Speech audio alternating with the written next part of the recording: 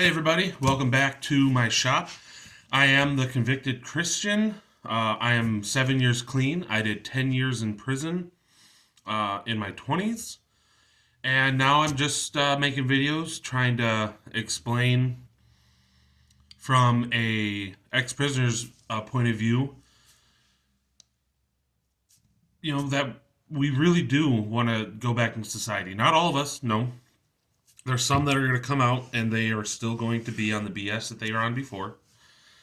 Um, but I have a passion that there are plenty of us that were once incarcerated that do want to get out and they do want to make a difference.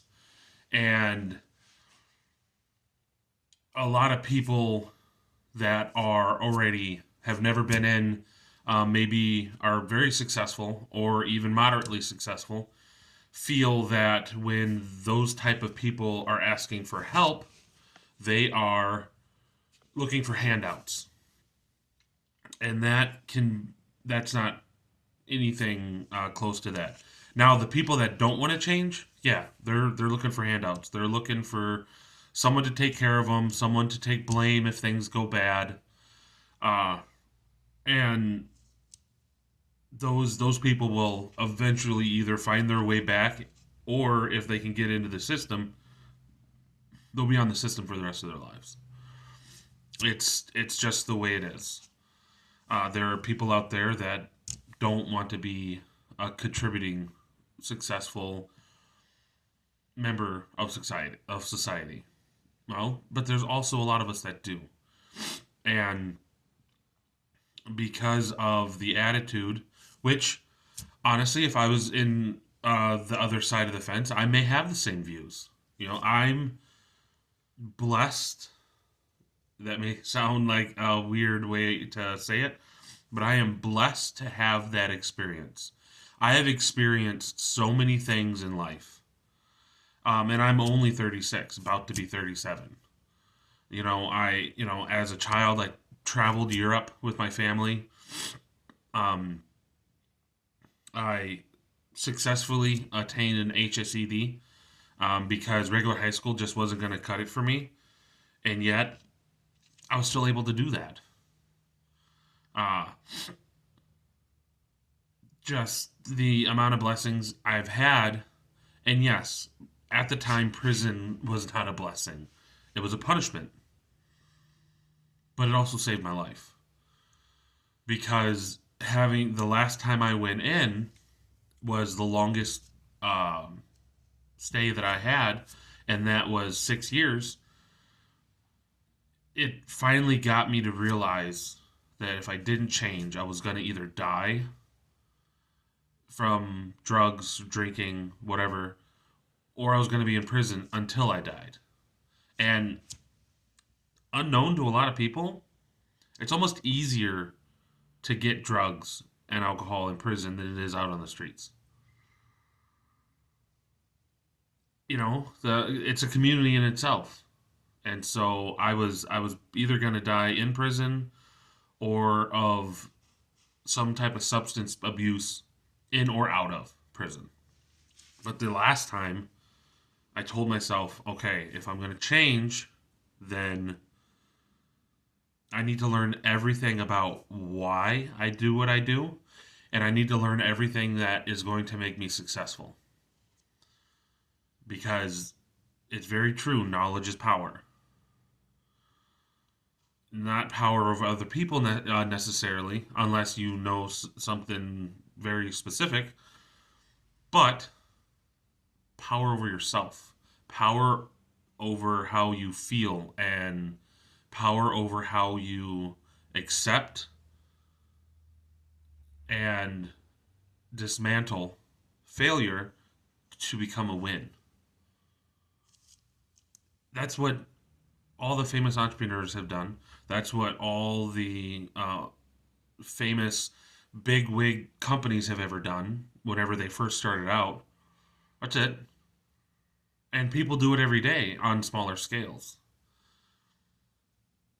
A lot of people in prison, what got them there was the crime, But what led to that crime is usually some imbalance, emotional imbalance, not being able to um, control impulses, not able to properly emote your feelings of what you want to attain, what you don't want, and our hurts. We didn't know how to handle pain that had happened in the past.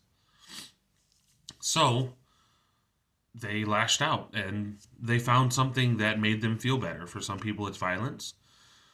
Some people, it was drugs. Some people, it was alcohol. Some people, it was all three. It's a wide range of things that people decided that is going to make me do or get what I want done, emotionally, physically, mentally, whatever the case may be. So I took every class I could take. I attended every certificate program I could get my hands on. Found out that I was able to get my license back, so I got my license. And eventually, after uh, some years, about 3 years, maybe a little over 3 years, I went from a maximum security prison to a minimum security prison and was on work release. And I was also an inmate driver. I actually drove vehicles that were owned by the state, transporting myself and other inmates, prisoners, to jobs so that we could make some money for release and to help take some burden off the state because we were charged rent and room and board and all that stuff like that. And we could also buy our own clothes, so that was another thing, another uh, weight that we took off the state is we paid for our own clothes, wore down our own clothes so that we didn't wear down state issued clothing. And that's a lot of people that aren't incarcerated or have never been incarcerated don't realize that there are people that are working their butts off in prison so that they can get out and be better prepared. Because if you get out, I'm talking to the prisoners that are listening. I know some of you are. If you get out and you have nothing, you don't have a prospect for anywhere to live, not including Salvation Army, because Salvation Army has its own pitfalls. I got sucked into a Salvation Army once, and I would rather be homeless than be there. But if you don't have anywhere to live, if you don't have a vehicle, if you don't have any way to obtain food right away until you can start making your own food, you're gonna want to fall into the old habits. You're gonna want to go to the old acquaintances because the homies got your back. Well, they don't. Sure, maybe they'll let you couch surf for a little bit. Sure, they'll give you some food, but they're also gonna want you to live that old lifestyle. They're gonna want you to party with them. They're gonna want you to hang out and do drugs and whatever the case may be, and you're just gonna find yourself back where you started. Because if you're on parole, if you're on extended supervision or probation, you got extra heat on you. So you got to be careful of that. You can't go back, and it's going to take a lot of work. So you're going to have to work just as hard to stay out of trouble that you did in prison out here. And I don't think a lot of non-incarcerated people, non-ex-prisoners, know just how difficult it is, because we get released, okay? And let's say you get released and you're done with your time, which means that the state has no more obligation for you. They will literally dump you if you don't have anyone to pick you up or anything like that. The last thing they do is, if you would like it, they can give you a bus ticket to wherever you want to go. That's it. And if if we burned our old social network, if we burned our safety net of people, that's it. You're by yourself. And I know that there's a lot of people, there's countless people that have lost everything and got back on their feet and they're doing better than they ever did before. Sure. How often does that happen? How often do you hear about the homeless guy living under the bridge actually getting a great job, that he can afford a good apartment so he can get a good car or vehicle or whatever? It doesn't happen that often. And it's a lot easier for us to, we have people, they just may not be the right people. They may not be supportive of change that we want to make so that we can get better. Yet we have to deny ourselves going to those people more often than not because they're just going to get us in trouble again. They're just going to lead us down a road that, if we really want to change, we don't want to go down. And for people that are on supervision or probation, it's a little different. They may let you stay at a halfway house, but that's limited time. So you're a felon, or maybe someone that just has misdemeanors, but you have a record. So now you have a record, you don't have a job, and you're staying at a halfway house. So you have to go to an interview.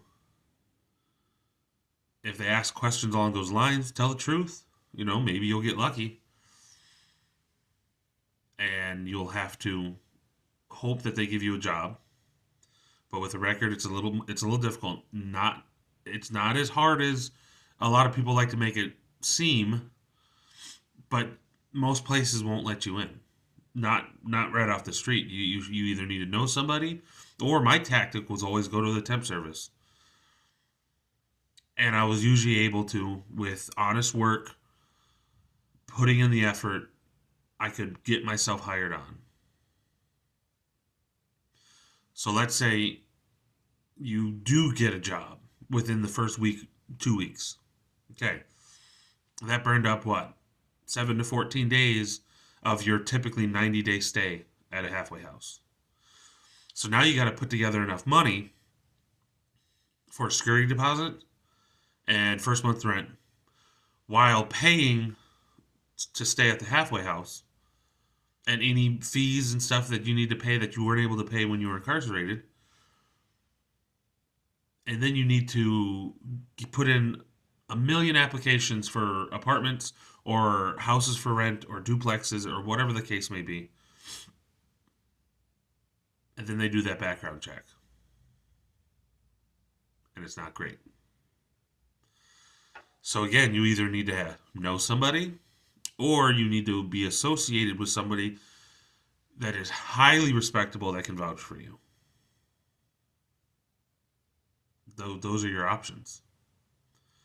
And now you've got, 83 to 76 days? And usually you're not going to be able to go to, viewings and open houses, and you got to wait for applications to get returned. You got to go to these people, talk to them, and then they could still deny you. And how long does that take? It's doable. It really is.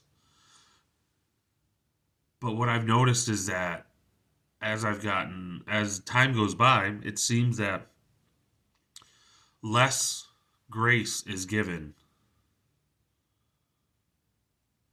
to people that are getting out. And I understand. I do. You did something wrong. You were in prison for a reason. But here's the thing. Prison was our punishment. It may not be the amount of punishment that you wanted or you thought was necessary. It You may consider it too soft, but prison was our punishment. Being on extended supervision is our punishment. Not being able to get an apartment is not one of them. And it takes a keen eye to see when someone truly wants to change and when someone doesn't want to change. But you gotta look for that. We gotta take each people as individuals. We need to be able to accept that, okay, someone messed up and they're doing all the right things to make it better. Like even the place we have now. We paid double security deposit and first month's rent because I'm a felon. I'm willing to do it. We could afford it. So we did it, me and my wife. But if I was just me, there's no way I could have afforded that. I might have been able to get in, with just regular deposit and rent, but there's no way that I was going to be able to put together almost $2,000. Wait. Oh, it would have been more than $2,000 just to rent for 1 month, for that first month, and be able to afford anything else. And this isn't a pity party. We're not asking for handouts. We're not asking for you to suspend belief of our change on the off chance that we have good intentions. It's not what we want. It's not what we're looking for.